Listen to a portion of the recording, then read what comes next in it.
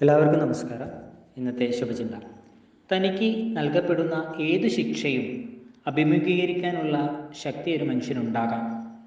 പക്ഷേ അപരിമേയമായ കാരുണ്യത്തിന് മുന്നിൽ അവൻ തോറ്റുപോകും.